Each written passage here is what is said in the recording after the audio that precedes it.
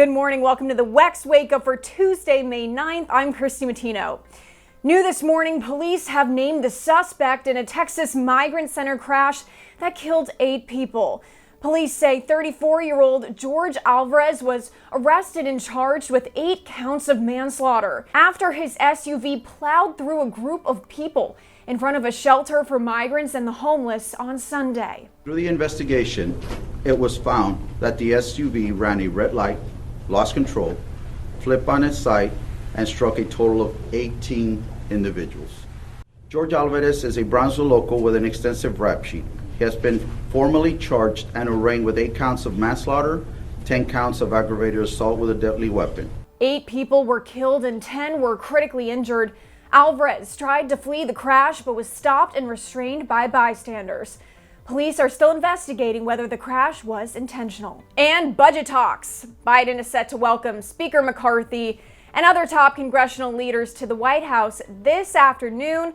That's to discuss the nation's taxes, debt spending, and, of course, to hopefully avoid a catastrophic government default looming on the horizon. Washington Examiner reporter Hasten Willis tells us more from the White House. House Republicans in the White House appear to be at an impasse ahead of Tuesday's meeting. The White House would prefer to separate out raising the debt limit with budget cuts. However, it has not said when those separate budget talks would begin. When would the president imagine that separate process beginning? I don't have a timeline for you. The president said he's happy to have that conversation, happy to have that debate. Clearly that will have to happen. I just don't have a timeline for you. We have been very clear. We've laid out our budget for fiscal year 2024. I just mentioned the $3 trillion cuts and that he has, the $3 trillion that he has put forward to reduce the deficit over 10 years. And so we're just going to continue to be clear about that, but I just don't have a conversation that's going to happen particularly on the spending. We have to deal with the debt limit.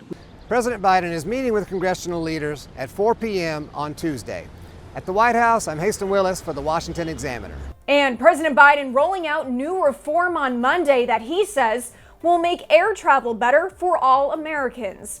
Biden previously directed the Department of Transportation to try to lower costs for families by cracking down on excess booking fees. But Biden's work is not done. He says his administration will propose a new rule later this year. It will make it mandatory, not voluntary, but mandatory for all U.S. airlines to compensate you with meals, hotels, taxis, ride shares, and rebooking fees, and cash, miles, and/or travel vouchers whenever they're the ones to blame for the cancellation or delay. Biden also announced the launch of a new Transportation Department website. It's called flightsright.gov. It's where flyers can compare airline reimbursement policies. And that's the news on the WEX Wake Up. Be sure to follow us online and on social media so you stay in the know of all those headlines trending in politics.